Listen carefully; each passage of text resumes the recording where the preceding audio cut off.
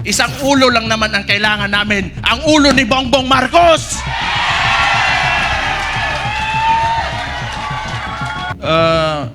Hindi ko naman sinasabi kasi makukulong ako tapos kakasuhan ako. Mahirap yan. Kaya ako rin, gusto ko yung nilalabanan ko, malaki rin naman. Para kung makukulong man ako, matatanggal ako sa pagka-mayor ngayon, kaya ako tumahimik talaga. Anong sinabi ng Vice Presidente? Siya ay tatakbong presidente, kumilos na tayong lahat!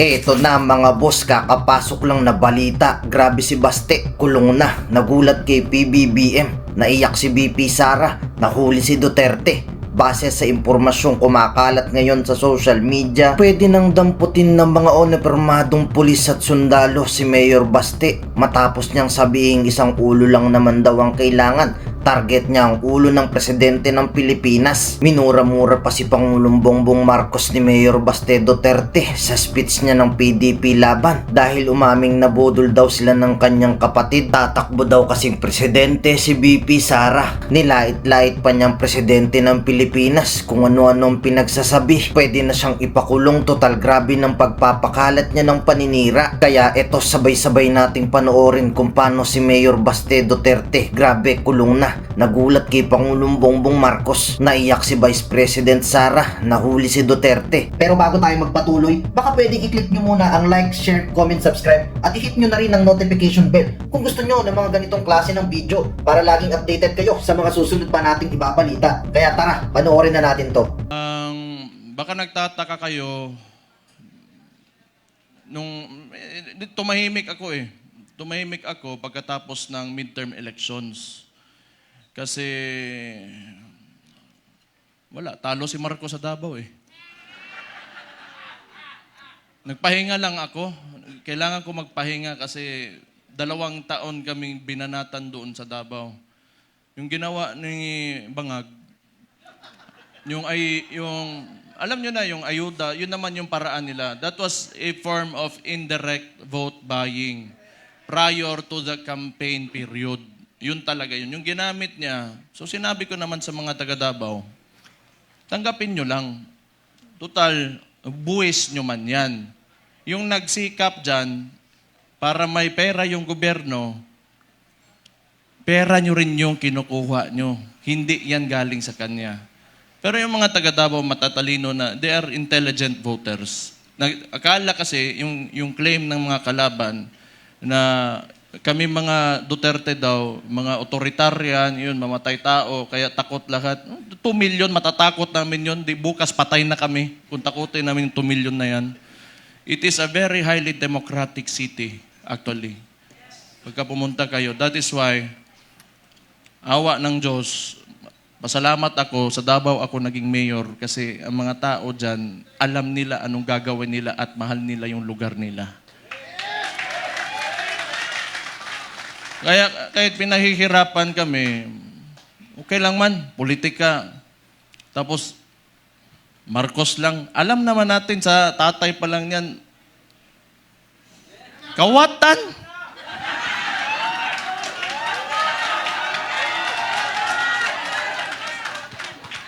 Hindi, kasi ganito yon. Nung nagsimula yung kampanya nung 2022, kasama niya yung kapatid ko, the Vice President, siyempre, inisip ko rin, siguro, itong tao na to, gusto maging presidente, he will redeem the Marcos family name. So, hindi ko naman talaga inisip na may ganun din pala kagago yung tao na yan. Kung, siguro nasa isip niya, kung sira na yung pangalan namin, sirain ko na lang lalo. Wala naman akong politika lang to. Kung bahala sila, magalit sila sa akin. Si Auntie Claire, tanawa. Pagkatapos ito, Auntie Claire,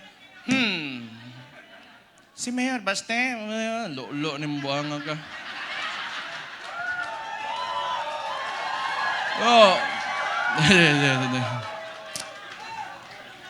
Nagpahinga lang ako. Kasi before the midterm elections, kami doon sa Davao, lagi kami nagmo-mobilize kasi nung sinimulan nila yung People's Initiative, papipirmahan nila yung mga papel. Siguro, I do not know. Pero definitely, sa ugali ng mga nangyan, wag na natin yung buong administrasyon niya. Kasi siya naman yung nasa taas ng chain of command, yung presidente. Definitely, ang suspicion namin, it was for term extension. At that early, 1 year or 2 years pa lang, hindi pa nagdadalawang taon yung termino niya, may pa-people's parang plebiscite yan noon na nag-gather lang ng mga tao, pinataas yung kamay, o sige, maging diktador na tayo, maging authoritarian regime tayo for 27 years. So that was the attempt of this guy, bangag nga na dias Malacanang karon. Kita niyo yung nasa UN siya, sipon. May chat GPT na ngayon. Hindi ko naman sinasabi kasi makukulong ako, tapos kakasuhan ako. Pero tingnan na lang, what are the causes of cocaine? Tingnan yung chat GPT. How it will affect your nasal cavity. May cellphone na kayo lahat. Wala. Swindler. He is a swindler. Yung ginawa sa atin, kaya nga naniniwala tayo, kasi akala natin itutuloy niya. Ganito lang naman tayo, kaya nandito tayo lahat ngayon. Kayo. Marami tayong parallel groups.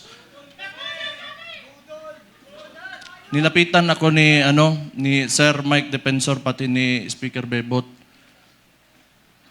Na nakita ko sila pagdating nila doon sa bahay ko, patay problema na po ni. Nagpahinga lang ako kasi grabe yung Pero ang akala nila, tumigil na tayo. Hindi pa tayo tumigil. Anong gusto nila? Lalabas lahat ng ginawa nila. Tingnan mo katangahan nito ni Bangag. Siya nagbukas ng usapin ng flood control na may mga ghost project. Kaya ako tumahimik talaga. Kasi hinayaan ko na mag-self-destruct yung gago na yan. Kasi alam ko sasabog sa mukha niya yan. Because unang-una sa lahat, pag ikaw eksekutibo, you cannot point at someone else for the mistakes of your administration. Responsibilidad mo yan, ibig sabihin, either hindi ka nag-iisip o kulang ka sa pag-iisip o hindi mo talaga gusto yung trabaho mo. O kita mo ngayon, nag-backfire sa kanya, and they attempted to, lagi nilang ililiko doon. Pinakita naman namin lahat. Sa Davao, walang ghost project, may resibo kami lahat doon.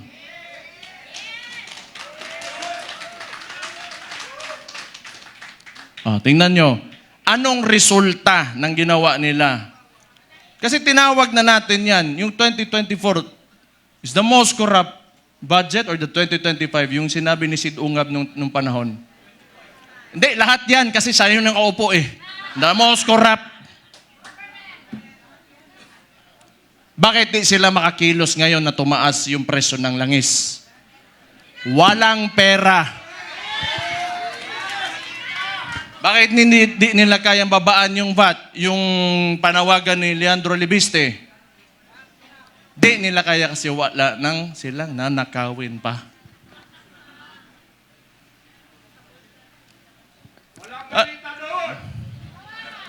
Alam nyo, hindi naman talaga perfecto kahit saan ka pumunta sa buong mundo. May mga lobbyists, the congressmen and the senators, dadaan talaga yung pera dyan because that's the power of the purse. Lobbying and all of that. Pero the estimated loss to corruption umaabot na sa trillion. It doesn't make sense anymore. Saan mo pa gagastusin yung pera na yan kung nasa bulsa mo yan? For what? Magkano ba gusto mong, yung kanin mo, gusto mo tag 200 pesos per kilo? Gusto mo yung pinakamasarap na pagkain, pinakamasarap na steak? Ano ba gusto mo sa buhay mo? Ano yung mga yan, mayayaman na yan. Hindi pa sila nakukontento.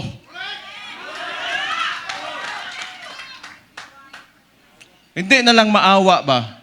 Kita nyo yung mga matatanda na nagmamalingke sa umaga, magdadala ng bayong, tapos pahihirapan mo pa, ngayon tumataas presyo ng lahat.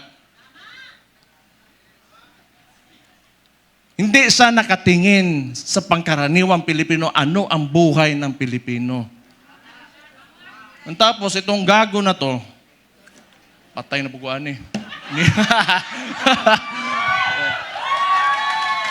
Gusto ko man yan, pag initan nila ako, para ano naman, nagpahinga lang ako. Balik na naman tayo, patay na naman sila sa atin.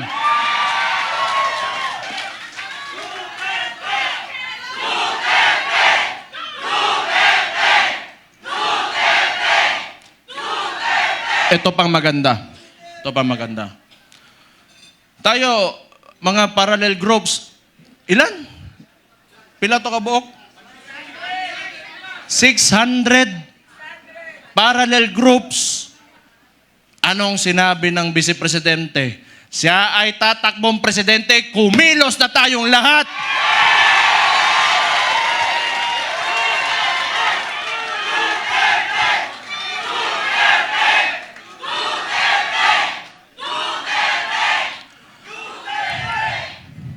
Ang gusto ng ano ko lang, tingin ko lang naman ito kasi hindi ko rin naman talaga mahulaan kung ano nasa isip ng kapatid ko. Tayo, tama yung sinabi ni Rob Rances kanina, may galit tayo. Galit na, lahat tayo galit dito. Kaya nga tayo nagtipon-tipon kasi gusto natin na may pagbabago na nangyari. Kasi yung pagbabago na yon, kinuha ni Bongbong Marcos, nandun na sana tayo.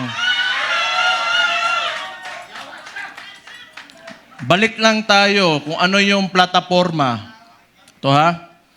Noong 2016, si former President, si Roddy Duterte, yung tatay ko, sa survey, 7%, 15, 18. Ano plataforma niya? Dalawa lang. Very simple. But it reflected the sentiments of the people.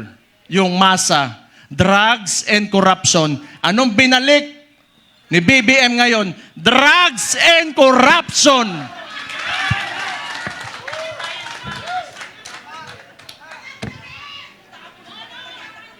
Sabi ng kapatid niya, hindi ako yun ha.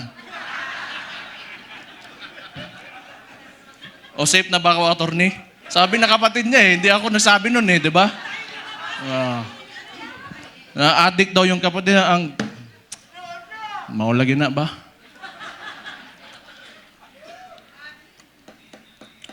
Hindi, tama naman yun. Kailangan optimistic tayo. Kailangan well-organized tayo, andito tayo lahat. At mahalaga sa lahat, unified tayo. Yung may mga differences tayo kasi lahat tayo mayayabang may mga ugali yung mga DDS Di ba? Kalimutan muna natin yun. Ang tanawa, hambugiro, yung mga buwang.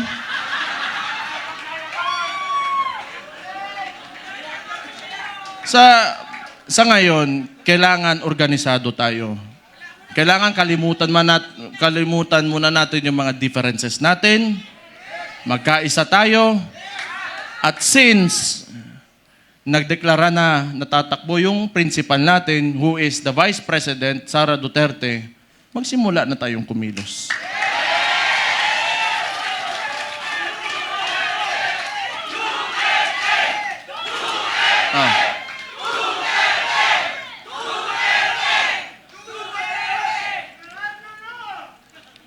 Una, hindi atin ang mainstream media. Yan ang pinakamalaking, pero wala naman di maniwala na sa kanila ngayon. Actually, if you are biased ka towards the article or the headline, you will support that headline. Yung ano lang, traditionally, sanay kasi yung Pilipino na, or yung, not really the Filipinos only, but the entire world, they look up to the mainstream media kasi yun yung historically, yun talaga yung ginagamit na source of information. But we all know na it can be manipulated, and now it is very well manipulated by... No, I do not blame them. May iba lang talaga na talagang rabid na anti-Duterte na mga tulad ng Rappler. Pero yung iba kasi talaga, wala yan. Matatakot talaga yan sa gobyerno. Kasi yung gobyerno, yung negosyo mo, lalapitan ka lang yan. Lalapitan ka lang ng BIR, ng ipapasarado ka, takutin ka. I know this because a lot of individuals in Davao, businessmen, were even afraid to come near me. Kasi pag manalaman ng administrasyon na yan, ni Bangag, ika-cut off, pahihirapan, gamitin yun. The bureaucracies of government have been weaponized by this administration. So intindihin na natin yun. Intindihin na natin yun. What we can do is, we go back to the roots. We campaign for our candidate. Wala rin naman tayo, kasi hindi rin naman tayo papansinin ng mga mainstream media because, lahat, masang Pilipino man tayo. So we do what we do best. 2016, anong ginawa nyo?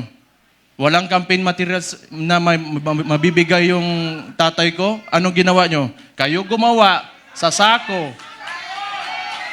Then this will be 2016 all over again. Let's reclaim the country and give it back to the people.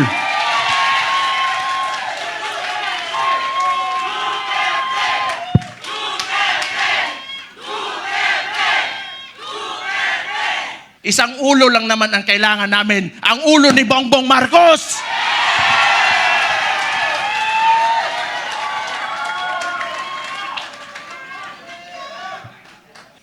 Tapos yung mga sinasabi ng mainstream media, i-correct natin.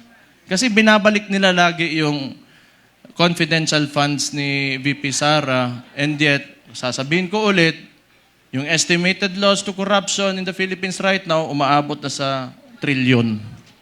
Trilyon against the 125 million na nakihirapan nga silang patunayan. Can you see how absurd that is?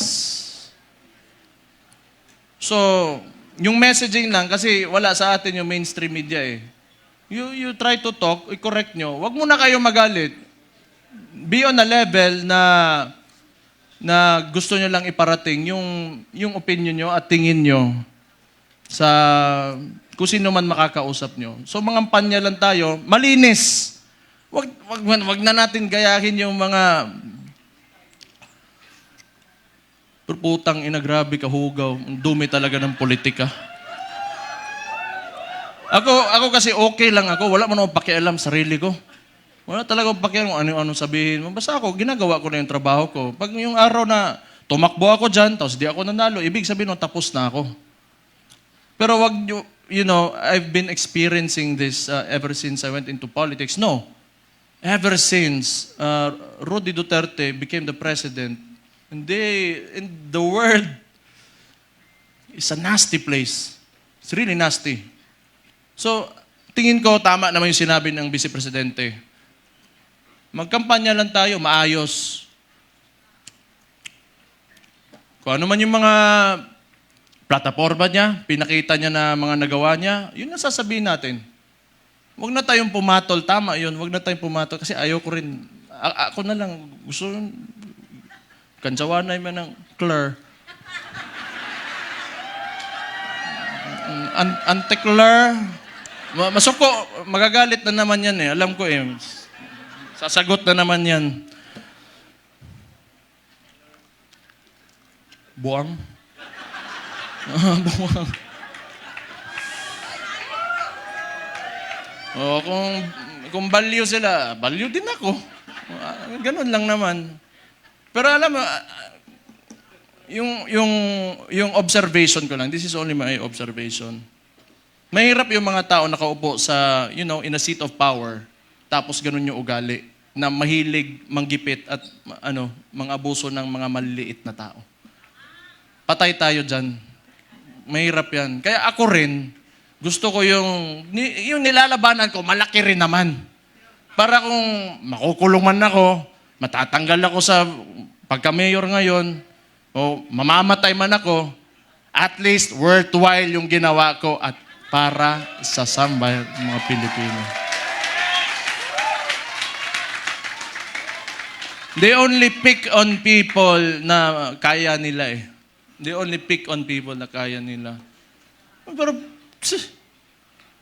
hindi nila kaya ang masang Pilipino. That will never happen. Hindi nila kaya yun. Bukas na ang mga isipan at mga mata ng Pilipino ngayon. Bakit isa lang nagsasabi na tama? Kayo, hindi nyo alam?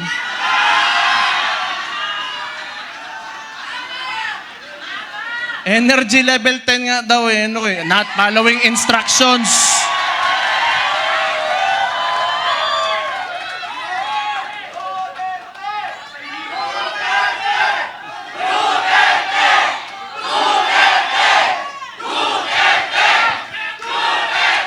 Kayo, nilalagay nyo talaga ako sa alanganin ba?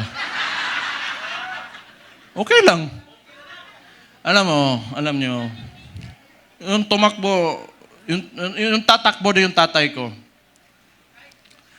lahat kaming magkakapatid, hindi talaga pumayag. Kaya isa ring value yun. Kasi alam ko talaga,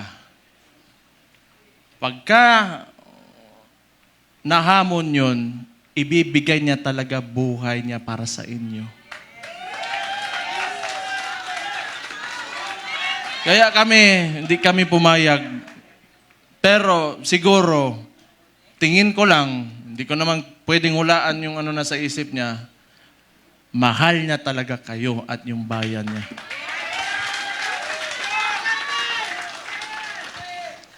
Kaya ngayon, pagka pumupunta ako ng Netherlands doon sa detention unit, kinakausap ko, can never imagine someone who would, like an actual individual in front of me that would actually give away his freedom and his life for his country. Kahit tatay ko siya, I am so amazed. And I am very, honored that he is my father.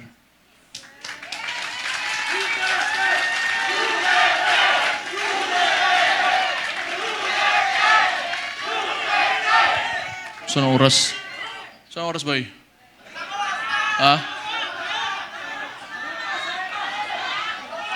Hindi, basta kung may problema, we have to communicate with each other. Okay?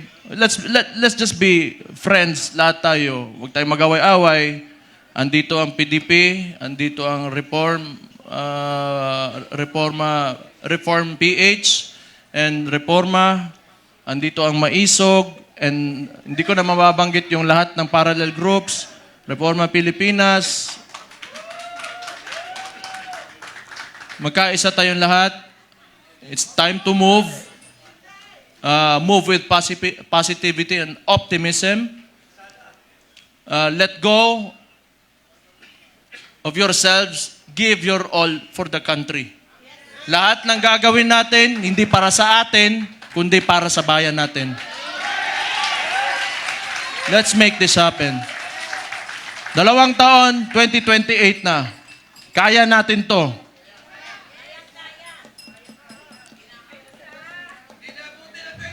The surveys are telling.